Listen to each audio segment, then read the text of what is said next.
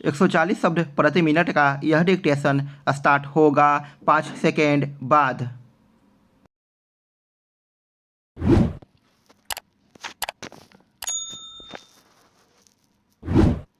Start. यह अच्छा हुआ कि सुप्रीम कोर्ट ने विभिन्न राज्य सरकारों की ओर की जाने वाली लोक लुभावन घोषणाओं का संज्ञान लिया और मध्य प्रदेश राजस्थान सरकार के साथ केंद्र सरकार, चुनाव आयोग एवं रिजर्व बैंक को भी नोटिस जारी किया। मध्य प्रदेश और राजस्थान सरकार को नोटिस जारी करने का कारण यह है कि चुनाव करीब आते देखकर इन राज्यों की सरकारें लोक लुभावन घोषणाएं करने में लगी हुई है। कुछ ऐसा ही काम विधानसभा चुनाव वाले अन्य राज्यों में भी हो रहा है। इसे लेकर दायर जनहित याचिका में यह सही कहा गया है कि राज्य सरकारें अपने अंतिम वर्ष में लोक लुभावन घोषणाओं की झड़ी लगा देती है और ऐसा करते समय यह भी ध्यान नहीं रखती कि उनकी आर्थिक स्थिति उनके वादों को पूरा करने की अनुमति देती है या नहीं। चुनाव जीतने के लिए लोक लुभावन घोषणाएं केवल सत्तारूढ़ दल ही नहीं करते, विपक्षी दल भी ऐसा ही करते हैं। वे यह बताने से इनकार करते हैं कि घोषणा पत्रों के जरिए जनता को लुभाने के लिए जो वादे किए जा रहे हैं उन्हें पूरा कैसे किया जाएगा। नतीजा यह होता है कि ऐसे दल जब कभी सत्ता में आ जाते हैं तो धन की कमी का रोना रोने लगते हैं या फिर अपनी घोषणाओं को आधे अधूरे ढंग से पूरा करने की कोशिश करते हैं। इसका उदाहरण है कर्नाटक, जहां कांग्रेस लोक लुभावन वादों के चलते सत्ता में तो आ गई, लेकिन अब उसे विकास कार्यों को आगे बढ़ाने में कठिनाई हो रही है। इसी तरह की समस्या का सामना उन राज्य सरकारों को भी करना पड़ रहा है जिन्होंने लोक लुभावन वादे किए थे।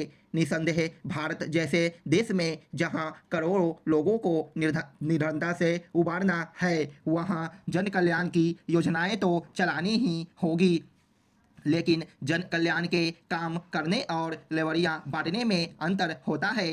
इस अंतर को समझने के बजाय रेवड़ी संस्कृति को अपनाया जा रहा है। जब एक दल ऐसा करता है तो दूसरा भी ऐसा ही कुछ करने को विवश हो जाता है।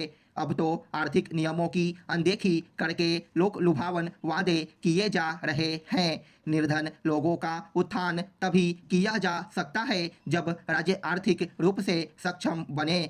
राजनीतिक दलों को यह समझना होगा कि आर्थिक सक्षमता वित्तीय नियमों की उपेक्षा करके नहीं प्राप्त की जा सकती। यदि राज्य सरकारें वित्तीय रूप से सक्षम नहीं बनती तो वे न तो लोक लुभावन वादों को पूरा कर सकती है और न ही विकास के कामों को आगे बढ़ा सकती है। विडंबना यह है कि कमजोर आर्थिक स्थिति वाले राज्यों में भी राजनीतिक दल रेवड़ी संस्कृति अपना रहे हैं। यह संस्कृति राज्यों और अंततः देश की अर्थव्यवस्था पर बुरा असर ही डालेगी। सुप्रीम कोर्ट को चाहिए कि वह ऐसी कोई व्यवस्था बनाए जिससे राजनीतिक दल अर्थव्यवस्था का बेड़ा गर्क करने वाले वादे करने से बचे। मनुष्य अपने पुरुषार्थ और परिश्रम से धन संपदा तो वापस पा सकता है, लेकिन बीते हुए समय को पाना संभव नहीं। इसलिए समय को सर्वोपरि और सबसे अधिक बलवान कहा गया है। जो व्यक्ति समय के मूल्य को पहचान लेता है तो समय भी उस व्यक्ति के व्यक्तित्व को विराट बना देता है। समयनिष्ठ होना मनुष्य के सबसे सराहनीय गुणों में से एक समझा जाता है। समय का सदुपयोग करना एक ऐसी प्रवृत्ति है जो हमारे समग्र जीवन को सार्थक बनाने में बहुत सहायक होती है। यह एक स्थापित तथ्य है कि जिसने भी समय पर प्रत्येक कार्य को संपादित किया वह कभी नहीं पछताएगा।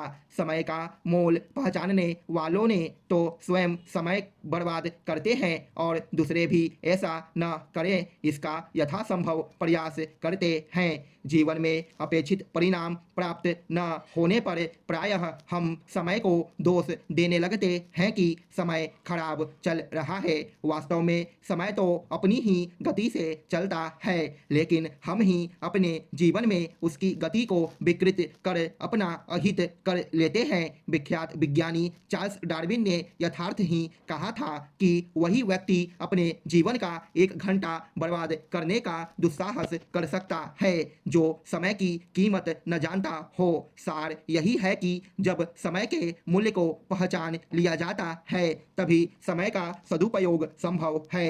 समय किसी का दास नहीं है, समय किसी पर निर्भर नहीं होता है। प्रायः हम बीते हुए समय की स्मृतियों में खोए रहते हैं या आने वाले समय की कल्पना में रमे रहते हैं, परंतु वर्तमान को अनदेखा करते हैं। यह भी एक प्रकार से समय की उपेक्षा है, क्योंकि वर्तमान ही वास्तविक समय है। हमें उसके महत्व को समझना ही चाहिए। प्रख्यात अमेरिकी नवोन्मेषक P.W. लिफील्ड ने कहा था कि व्यक्ति समय के महत्व को पूरी तरह तब समझता है जब उसके लिए बहुत कम समय शेष रहता है। इसीलिए समय का सदुपयोग ही श्रेयस्कर है। स्टॉप।